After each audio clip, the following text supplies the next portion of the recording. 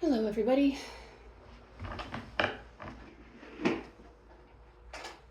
Sorry, that was gonna drive me crazy. Update.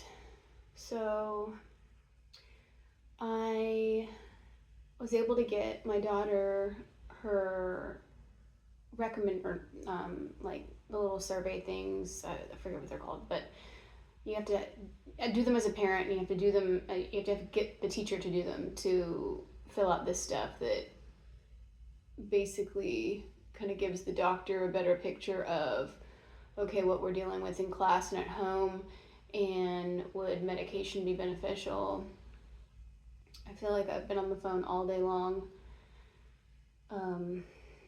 for various appointments, and so we're going to see about what we need to do as far as should we have our daughter on medication for her ADHD.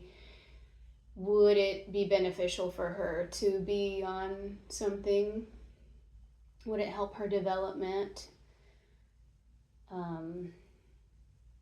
Her teacher is so sweet, and she had to fill out that form that had some questions on it, like, is your child disruptive? Did they stay on task? Are they prone to angry outbursts? Things like that. And so obviously our daughter ticked all the boxes for that. But she wrote at the end that, she's so smart and we love having her. And that makes me feel better. I just don't want my child to be a terror. And I know it's not really her fault. It's just the way her brain is wired. And I know that a lot of people are very against medication. And to be honest, it's not really something that I ever thought I'd be having. I never thought I'd be having this conversation.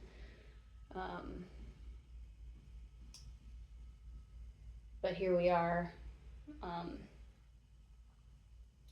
And we are also going to be seeing our pediatrician on Thursday to discuss ABA therapy as well, because you need basically like a prescription for that, or a referral. At least here, that's sort of how it works. But you can't just like get diagnosed with autism and then get the therapy. You have to have, of course, more paperwork. It's just a bunch of paperwork all the time. So there's that. And I had to reschedule a dentist appointment, which I wasn't heartbroken over, honestly, because the thought of taking her to the dentist is, it's not exactly something that I'm excited about.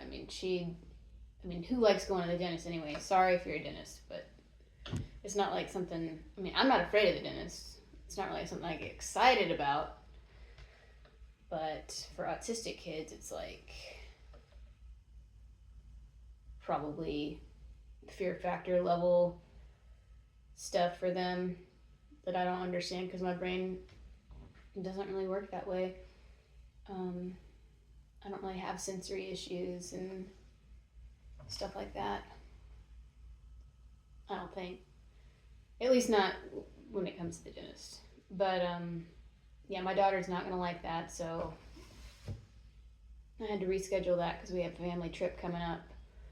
But so dentist, we got a pediatrician appointment. She's got speech therapy today at 2, and we're going from 30 minutes to a full hour now, which is great. I'm just a little anxious about that because that is that's 30 more minutes, and I don't know how she's going to react to the change in time. And then we have been doing our animal assisted therapies on Fridays, but it's a holiday weekend, so we won't be doing that this week, and we won't be able to do it next week either because we'll be out of town, so we'll miss both of those weeks, but we'll jump back in and do it when we get back from our trip.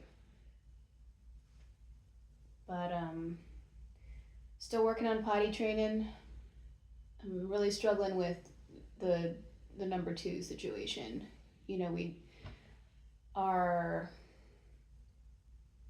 I feel like, I mean, and I feel like a bad mom because I give her like fruit snacks for going number one in the potty. And I mean, I feel like, at least in this parenting community, if you're, sometimes you do what you got to do. And so that's what we've been doing. I've got the whole canister of fruit snacks, and I'll be like, okay, here's a fruit snack. You're gonna go potty, and she will generally comply. The big issue is that she's not really one to want to go number two in the potty, and the other thing is that she's never gone in a potty outside the house, and so I just, well, no, that's not true. She was going PP at daycare for a little bit, and then she hit a regression, and that was a whole mess, and it was just a whole thing. So, um, but we're hoping ABA can help with that. Kind of help familiarize her with the toilet a little bit more.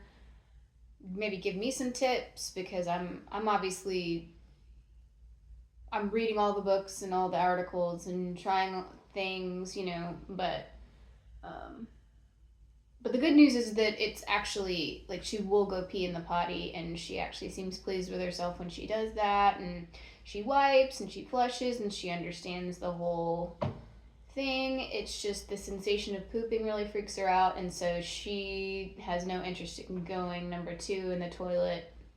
I think that the diaper is sort of her, safe place to poop, which is not uncommon for autistic children at all. Um, it's just we're in that limbo where I'm like, is she gonna be doing this until she's 7, 8, 9, or is it gonna click in the next year or two? I mean, what do we have? What is the future gonna bring? And she will go back to her early childhood learning class, which is kind of like early intervention class, and she's actually, we're kind of lucky in this way. She was born in October, and so the cutoff is September. She will actually be going into kindergarten at the age of 5, about to turn 6, which is actually really amazing for us because I feel like she needs that extra time anyway. We probably would have held her back again regardless. So that's something that's good.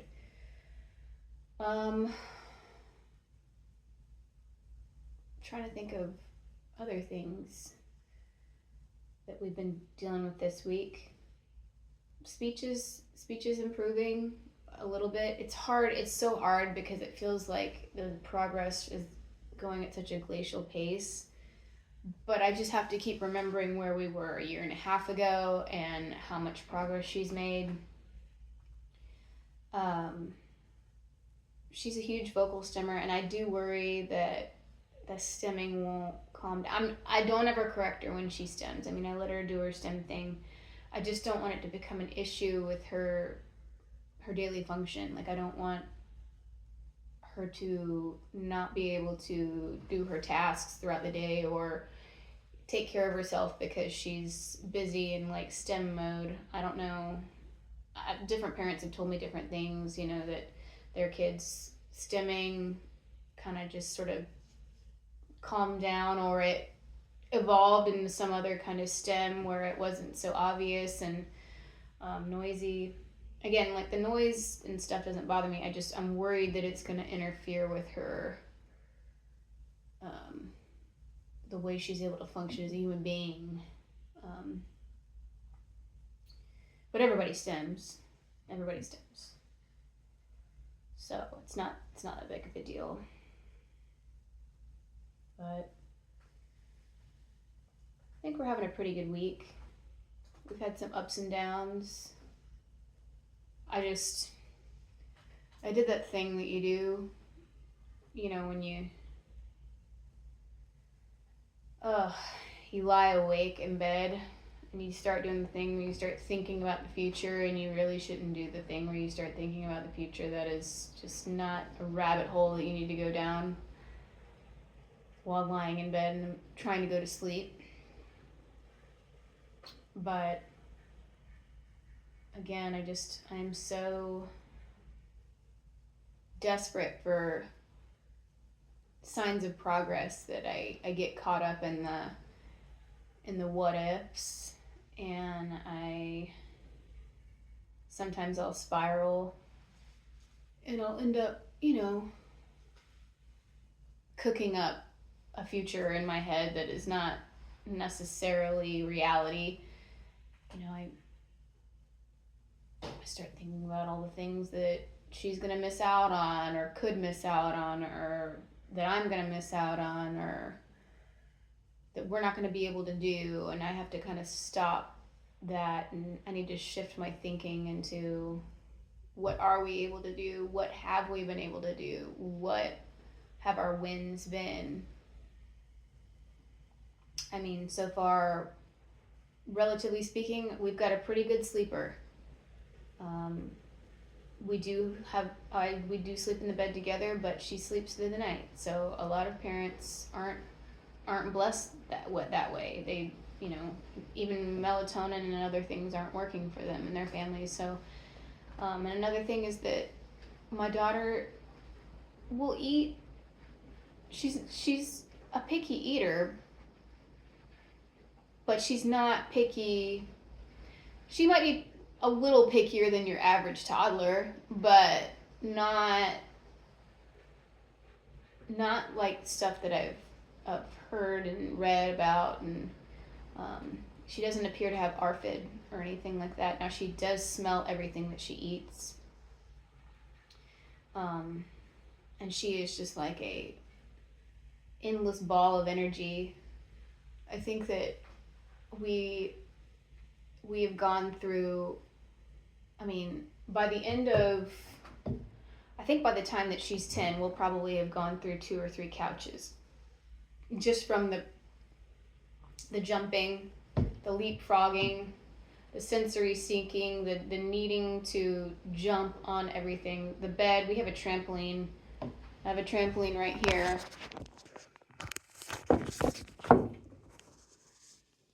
Yeah. We have a trampoline right there. We have a trampoline outside. We have a sectional couch that gets, for lack of a better word, abused, physically abused and assaulted on a daily basis.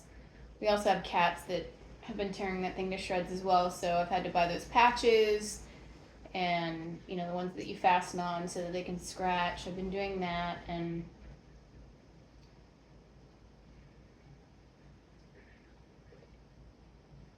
but yeah, I just did the thing that you don't do. I did the thing the other night you don't do, where you think about all bad stuff. And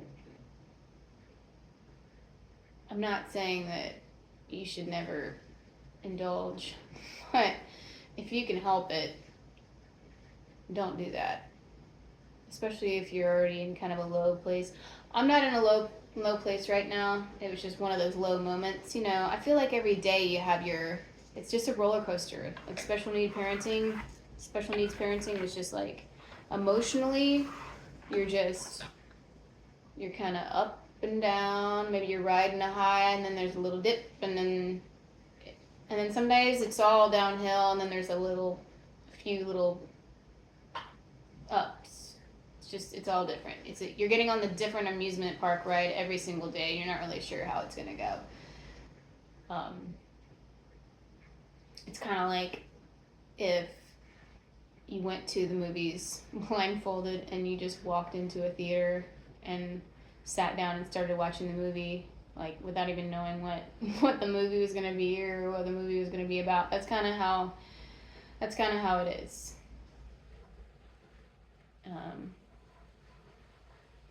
And sometimes it's like when you go see a movie and you think it's going to be one way, and it turns out to be, a completely different film, or has a huge twist that you weren't prepared for.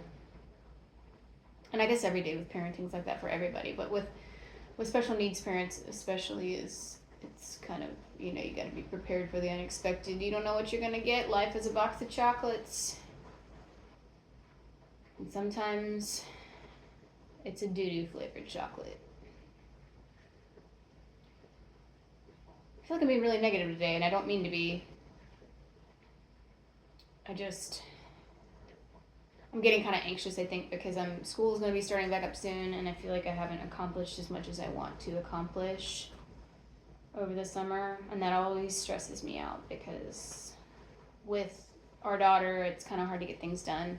So, like I've said before, sometimes, like today is one of those days. I did not keep her home. Mondays, I usually don't keep her home because I like to reset for the week, clean, try to do something with this house. We did get our garage cleaned out, which was super awesome. I mean, not cleaned out, but we got a lot of crap out of there, which was good. But it feels like, you just sort of have like an anchor chain when you're trying to get things done, but you're also trying to keep up with appointments and keep the messes at bay, which is hard with an autistic child who also has ADHD and a PDA profile. But anyway, just a normal week pretty much. We got appointments coming up. Nervous about that. I'm mostly just nervous because every time I take her someplace, poor thing, she just wants to climb the walls, and it's kind of hard to keep her contained, and I hate just giving her my phone or a tablet, but sometimes it's the only thing that keeps her chilled out until we can get business taken care of. But we did go, we did have a really good win though this past weekend. We took her to, there's a cute little place called Old McDonald Fish Camp, and it's a fish camp, which I don't know if y'all know what that is, but it's basically like where they fry a lot of stuff. They got like hush puppies and grits and fried catfish and perch and French fries and chicken fingers and coleslaw. I mean, basically all the good stuff, all the bad stuff, all the good stuff. But they had, they have little ducks and peacocks and peahens and goats and geese and turtles, and you can feed them and hang out on they have a big porch you can hang out on and hang out with the animals while you're waiting to get seated. And we were at that restaurant for 2 hours, and not once did I have to give my child something to like a phone, like to entertain her with, which was just amazing. So we weren't really sure how it was gonna go. We were like, okay, if it starts to go south, we'll scoop her up and we'll go get Mexican or something, or go through a drive-through. But she really was a trooper. She enjoyed the animals. She ate her French fries. She tried to draw with the crayons a little bit. She doesn't really have the patience for that yet. I know a lot of you guys are probably very aware of that situation where they'll just like take the crayon and just, they don't really draw yet. She will, it's just like the attention span. She just has no patience. So her idea of coloring is like just scribbling. And then once it's like she needs to complete the task. And then once she's done with that, it's done. But yeah, that was a really good win. And I felt like that was amazing. My daughter has bangs, and so they're kind of right here now, and I cut them myself. I feel like she would tolerate a haircut, but it would require somebody that like knew how to do like haircuts for neurodivergent kids or people. I'm sure a lot of neurodivergent adults don't love getting their haircut. But I'm at a crossroads here where it's like starting to get here, and I'm like, do I need to grow it out and so that I can pin it back? And are we getting to, because she's finally getting to a place where she's tolerating letting me do her hair.